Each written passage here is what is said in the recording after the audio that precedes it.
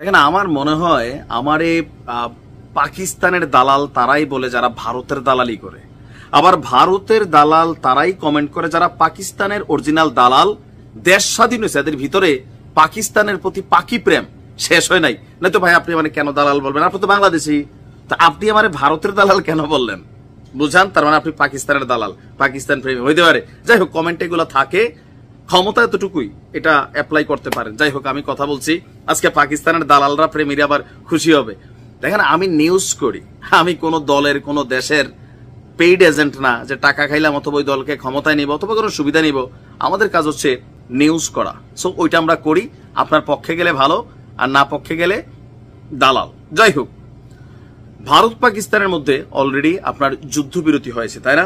কিন্তু যুদ্ধবিরতির পরেও বেশ কিছু ঘটনা ঘটছে যেগুলো নিয়ে আবার উত্তেজনা কিছুটা সৃষ্টি হচ্ছে। গতরাতে আপনার জম্মু কাশ্মীরের বিভিন্ন জায়গায় আপনার কিছু বিস্ফোরণের শব্দ শুনেছে। রয়টার্স, এএফপি তারা এগুলাকে নিশ্চিত করেছে। তো এটার পরেও কিন্তু পাকিস্তান থেকে কোন রকম স্বীকারোক্তি ওইভাবে দেওয়া হয়নি, বাট ভারতের দাবি ছিল এটা পাকিস্তান থেকে করা হয়েছে। এরপরে আজকে আবার ভারত পাকিস্তানের সীমান্তবর্তী একটা এলাকার নাম হচ্ছে রাজস্থান, প্রায় সম্ভবত 1100 কিলোমিটার একটা বিশাল বর্ডার।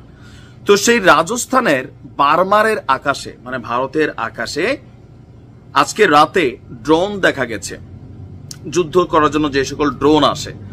তারপরে সেখানে ব্ল্যাক আউট শুরু করে দিয়েছে স্থানীয় প্রশাসন। ব্ল্যাক আউট তো বোঝেন, যখন ড্রোন ক্ষেপণ করা হয়, নিক্ষেপ করা হয়, এগুলো নির্দিষ্ট টার্গেটে হিট করার জন্য আসে।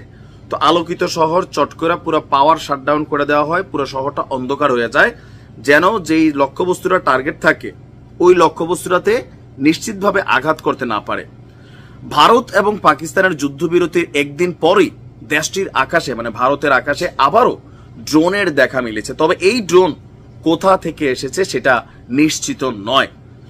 বারবার বিভাগীয় কালেক্টর এবং ম্যাজিস্ট্রেট তিনি তার অ্যাকাউন্ট থেকে একটা পোস্ট করেছেন যে ড্রোনের আগমন পরিলক্ষিত হচ্ছে, দয়া করে বাড়িতে থাকুন এবং ব্ল্যাক আউট পালন করুন। এর আগে রাজস্থানের জয়সালমারে পূর্ব সতর্কতার অংশ হিসাবে কিন্তু অলরেডি ব্ল্যাক আউট পালন করা হয়েছিল। জয়সালমারে ব্ল্যাক আউট শুরু হয়েছিল সন্ধ্যা 7:30টায়, অপরদিকে বারমারে ব্ল্যাক আউট শুরু হয় রাত 8টা থেকে। আপনার সীমান্তবর্তী এলাকায় এই একই দৃশ্য যখন দেখা গেছে তখন সেখানে আতঙ্কের সৃষ্টি হয়েছে। স্বাভাবিক পরিস্থিতি অনেকটা এখনো স্বাভাবিক হয়নি, মানুষ খুব বেশি বাইরেও যায়নি। ভারতের সেনাবাহিনী সতর্কবার্তা দিয়েছে আবারও পাকিস্তানকে, যে পাকিস্তান যদি যুদ্ধবিরতি লঙ্ঘন করে তাহলে সেনাপ্রধান স্থানীয় কমান্ডারদের যথাযথ ব্যবস্থা নেওয়ার অনুমতি দিয়েছেন। তবে এই হামলার অথবা এই যে ড্রোন আকাশে উড়াউড়ি করছে এটা ভারতেরও হইতে পারে।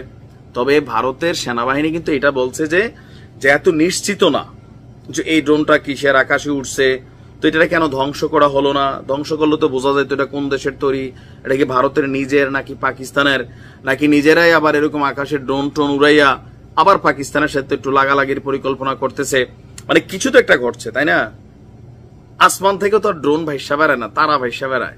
তো এই ড্রোন হতে পারে আভ্যন্তরীণ নজরদারি ভারতের ড্রোন, অথবা পাকিস্তান থেকে কোনো গোয়েন্দা ড্রোন যেগুলো ছবি, ইমেজ, তথ্য, ফুটেজ তোলা পাকিস্তানের কাছে পাঠাচ্ছে। এই ড্রোনটা নিয়ে এখনো রহস্য। তবে স্থানীয় মানুষের মধ্যে আতঙ্ক তৈরি হয়েছে, সরকারও সতর্কতার জায়গা থেকে ব্ল্যাক আউট করেছে। তবে আমার মনে হয় যদি পাকিস্তান এই ধরনের কর্মকাণ্ড করে থাকে একটু সতর্ক হওয়া উচিত। কেন? বেশি খাদ্যাইলে কিন্তু কষ পানি বের হবে, খেয়াল রাখতে হবে। যুদ্ধ কখনোই কিন্তু শান্তি না। এখন আবার এটা হইতে পারে ভারত যদি এই ধরনের ষড়যন্ত্র রচিত আবারও করেন, সাবধান থেকেন। একটার জবাব কিন্তু এখনো দিতে পারেন নাই যে পেহেলগ্রামের ঘটনার আসল ঘটনা কি। আবার এগুলা দিয়ে যদি পাকিস্তানে কোন রকম অভিযান চালানো হয় তাহলে বুঝতে হবে যে ভারত ইচ্ছা করে পায়ে পা দিয়া ঝগড়া করতেছে। আকাশে ড্রোন উঠছে ভাই, নিরাপত্তা সিস্টেম আছে, আকাশ প্রতিরক্ষা সিস্টেম আছে, উড়াই দেন, উড়াইয়া শিওর হন কোন দেশের ড্রোন, আপনাদের নাকি তাদের, তারপরে বিবৃতি দেন। এটা ধোঁয়াশা থেকে যাচ্ছে না।